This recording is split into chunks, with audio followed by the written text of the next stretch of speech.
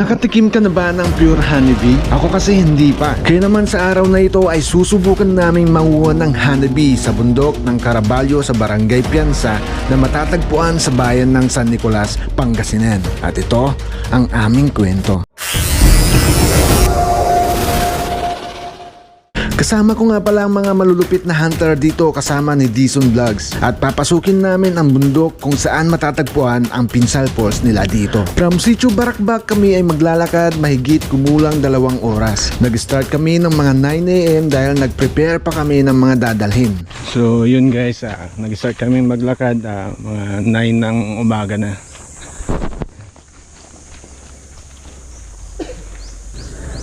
Bilang isang hunter ay madami ka dapat alam sa loob ng kagubatan dahil may mga di inaasahang bagay na pwedeng mangyari sa'yo. Kinakailangan dito ng matinding konsentrasyon, pag-iingat at syempre, diskarte. So yun guys, ito na yung mga matitinding akyatan dito. Napakatarik.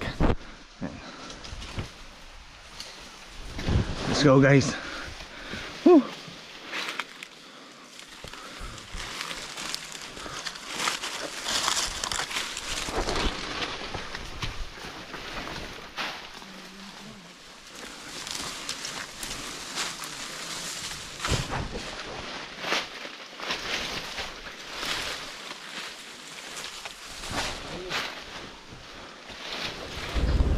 Kailangan alam mo din ang mga halamang pagkain at hindi nakakain. Kailangan din matatag ka at physical fit upang makatagal ka sa loob ng gubat. Hindi naging madali ang paghahanap ng pugad ng pukyutan. Kasi bago mo mahanap ang beehive, kailangan makakita ka muna ng bubuyog. Kaya mapapansin nyo ay tabing ilog lang kami dumadaan kasi madalas doon ka makakakita ng mga bubuyog para uminom at kumuha ng kanilang mga tubig. Dahil matalas ang paningin ni Dio, siya ay nakakita ng mga bubuyog. Pero kailangan mo muna silang pagmasdan at bantayan dahil pagkatapos nilang uminom o kumuha ng tubig, sila ay magsisipag-alisan para kumuwi sa kanilang mga bahay. So kapag may bee na tumatambay dito sa ilog, sinyalis na yon na meron silang bahay dito guys. Tama ba idol? Ito yung mga palatandaan. Naghahanap ka ng mga honeybee. Para mas madali kang makahanap. At yun na nga, ang aming pagkakataon para matunton kung saan direksyon sila magpupunta. Iba't ibang lugar ang pinuntahan nila kaya naman naisipan namin maghiwa-hiwalay para alamin kung saan ang kanilang pugad. Inabot kami ng mahigit 2 oras at ang problema, di pa rin kami makahanap. So yun guys, hindi basta-basta ang paghanap ng isang honeybee. So kailangan mo munang i-observe kung saan magpupunta yung mga bee. So bago sila kumuha ng tubig, uminom ng tubig guys, mag-aalisan yung mga bee para pumunta sa kanilang lungga. So yun yung mga dapat naming hanapin guys.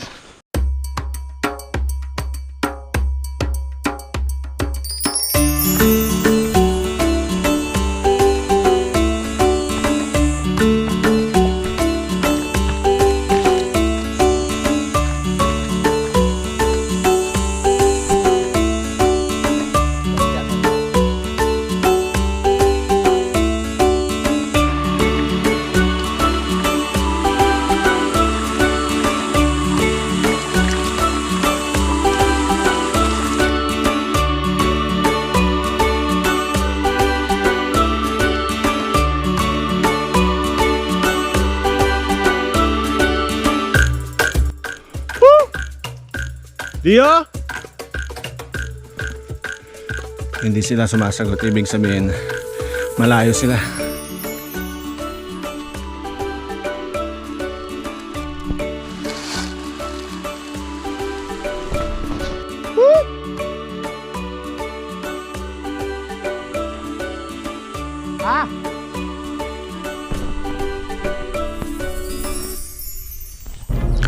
Pagkalipas ng ilang minuto ay hinanap namin sila Dio, baka sakaling nakahanap na sila.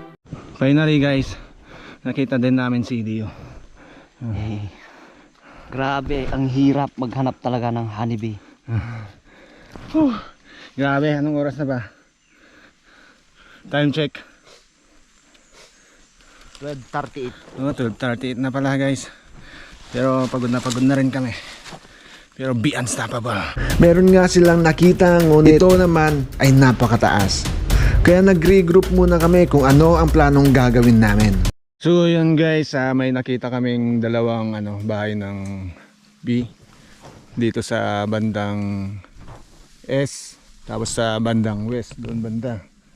So bababa muna kami para kumain guys, para magpalakas si Dio at si Shakok. Shakok. Yeah, pag-aangas, pangalan pa lang, ibon na. Ang iba'y nawalan ng gana dahil sa sobrang taas nito at sobrang pagod at gutom na din ang mga kasama ko. Kaya naisipan muna namin kumain at magpahinga para may lakas silang umakyat mamaya. Yun guys, let's eat. Nakain muna tayo. Yan si Chakok. Si Damnay. Lintang na natunan na.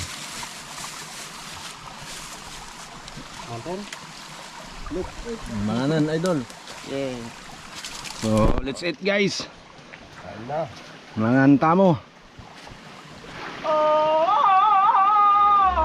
After 2 hours, ito na ang pagkakataon para maganda dahil hindi madali ang mga susunod na kabanata. Kaya naman ay bumalik at inihanda ang mga kahoy at dahon upang gamitin sa pagpapausok sa mga bubuyog. Kailangan din ng tubig dahil hindi madali ang pag-akyat sa mataas na puno. Kailangan mo din ng proteksyon sa katawan at sa mukha. At ang plano, 3 ang aakyat sa taas at 2 naman kami sa baba. Siyempre kailangan din namin ng usok para hindi kami pansinin ng mga galit na bubuyog. So yun guys, pagkatapos mausukan, lilipat lang sila sa kabilang puno. Yan sila.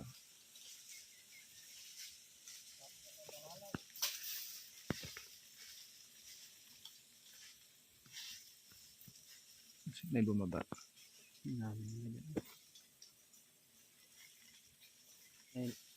Oh.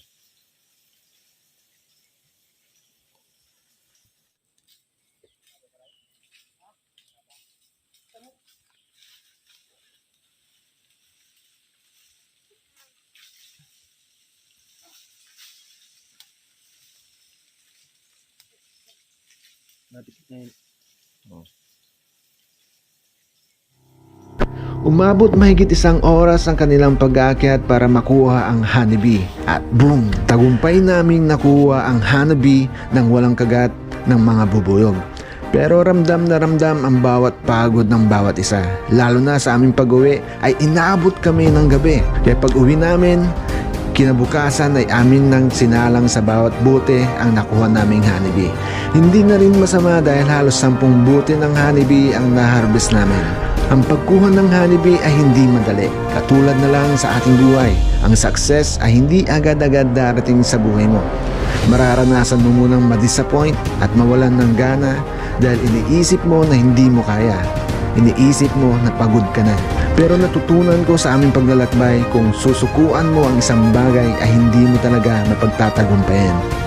Matuto kang magpahinga, matuto kang magtiyaga at siyempre, simulang maniwala at doon mo makakamit ang biyaya. Kadaligtibing nagsasabing that I can do all things through Christ who strengthens me. Kung may gusto kang puntahan, puntahan mo. Kung may gusto kang gawin, gawin mo. And be unstoppable.